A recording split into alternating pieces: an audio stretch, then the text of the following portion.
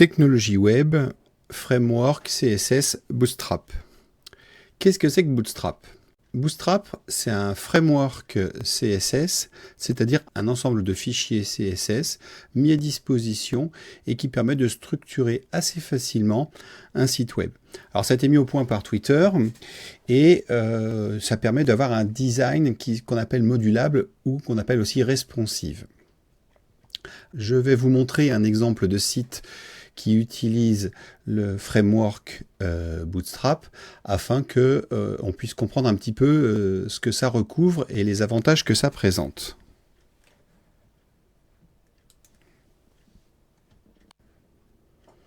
Voici par exemple un site qui a été fait avec Bootstrap.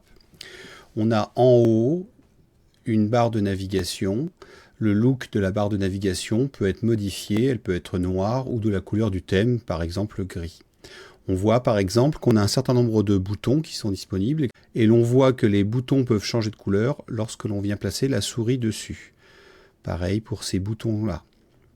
Enfin, et c'est le principal intérêt de Bootstrap, c'est qu'il offre des sites qui sont dits responsives. On va voir ce que ça donne. En fait, là je suis sur un écran qui est large et je vais réduire la largeur de mon écran.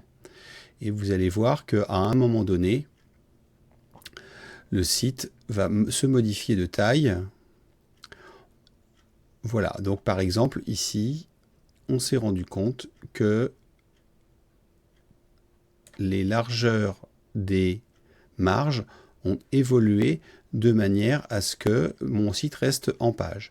De la même manière, on voit que les largeurs des 3 colonnes où il y a marqué heading, ici, se réduisent pour que le texte reste à l'intérieur. Et puis, lorsque l'on dépasse une certaine valeur, le site a carrément changé d'aspect, les éléments viennent se superposer les uns aux autres, et le menu qui était complet dans la barre de navigation devient une icône, et je peux obtenir les liens de ma barre de navigation en dépliant le volet. On reconnaît ici typiquement une navigation spécifique ou une mise en page spécifique pour des écrans très étroits du style téléphone portable. Voilà, donc en fait on se rend compte que la barre de navigation reste en mode menu ici jusqu'à ce qu'on soit suffisamment large. En fait, dans Bootstrap, on définit différentes largeurs d'écran et on peut faire des mises en page adaptées à chacune de ces largeurs d'écran.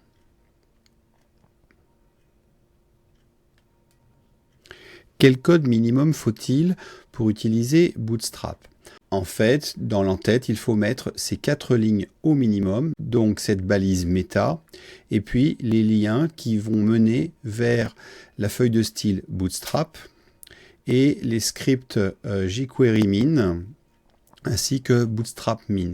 En fait, le JavaScript de Bootstrap va permettre de rendre la page réactive et surtout pour certains navigateurs qui ne sont pas compatibles CSS, de pouvoir faire ce qu'on appelle des hacks, à savoir des modifications grâce à des JavaScript de la mise en page.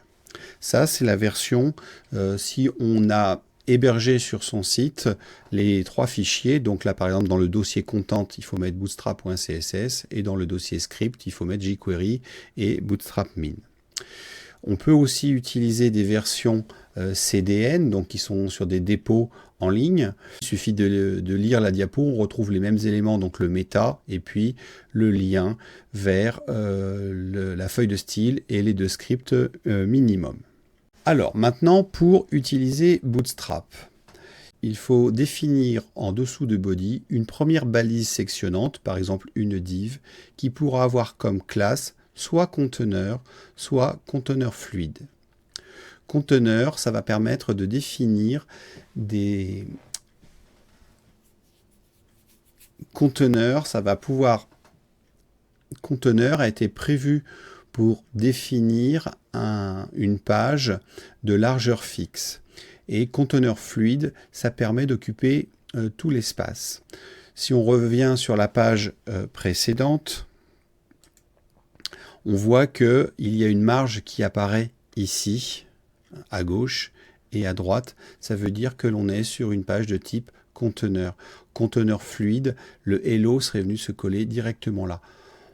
En gros, le conteneur fluide ne possédant pas de marge, il sera plus adapté aux écrans de type vertical, écran de téléphone portable par exemple, alors que conteneur qui permet de maintenir des marges à droite et à gauche est plus adapté aux écrans format horizontaux, écran d'ordinateur ou tablette tenue en format paysage. Bootstrap a prévu de définir un système de grilles pour gérer les contenus. Par exemple, si on revient sur le site, on se rend compte que le Hello World ici est contenu dans un espace qui occupe toute la largeur du conteneur. Et que en dessous, on repère 3 colonnes qui divisent la largeur du conteneur.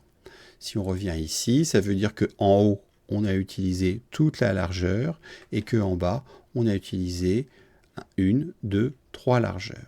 Alors en fait, Bootstrap a défini une grille qui est capable de contenir jusqu'à 12 colonnes et donc on spécifie le nombre de colonnes de base que l'on veut utiliser pour occuper l'espace. Par exemple, dans nos 3 colonnes, on spécifiera qu'on veut une largeur de 4 pour chacune d'entre elles. Ce qui fait qu'au final, 3 x 4 égale 12, on arrive bien à la largeur totale de la page. Il faut en fait à chaque fois que les éléments qui viendront se superposer occupent les 12 colonnes au total. J'aurais très bien pu avoir par exemple ici 2, 8, 2, ce qui aurait fait une petite colonne très étroite, une colonne relativement large au milieu, puis de nouveau une petite colonne étroite. La somme des 3 colonnes devant faire 12. Sinon, si on est plus grand, le dernier élément viendra se mettre en dessous et non pas sur une même ligne. Comment est géré ce système de colonnes? En fait, ça va dépendre un petit peu de la largeur de l'écran. En fait, chez Bootstrap, on définit 4 largeurs d'écran. Les écrans de type XS, c'est comme pour les vêtements, c'est donc pour les écrans qui ont une largeur inférieure à 768 pixels.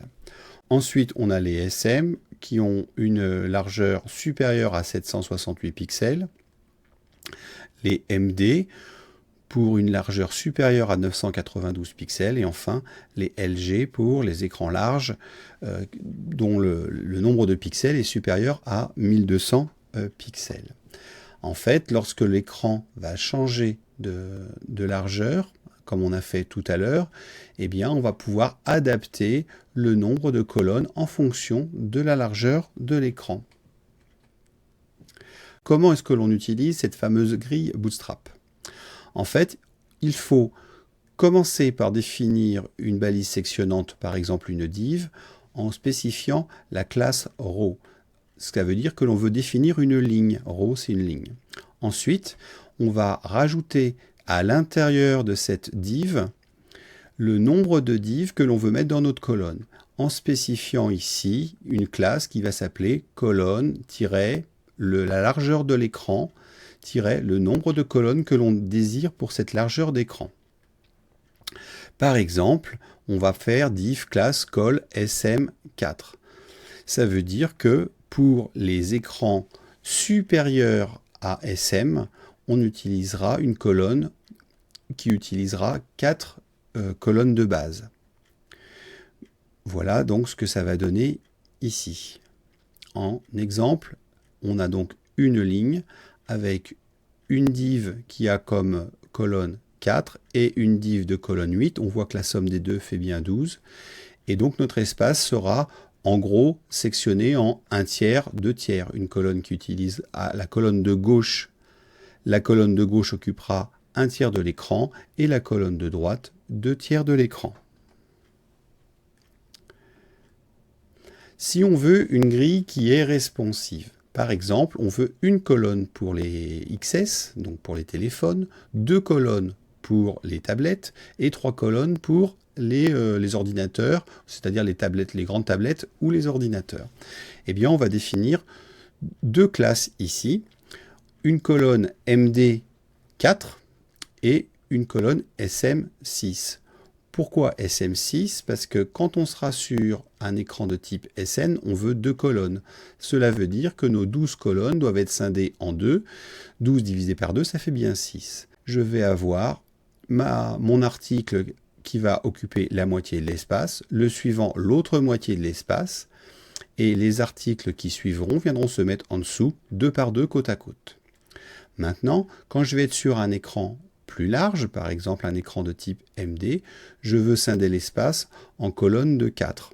Ce qui veut dire que pour mes 12 colonnes au total, j'arriverai à aligner 3 articles les uns à côté des autres. Le 4e article viendra alors se placer en dessous. Voici quelques liens utiles pour aller sur Bootstrap. Je vous conseille vivement le site de W3School qui possède une information très précise et très pédagogique.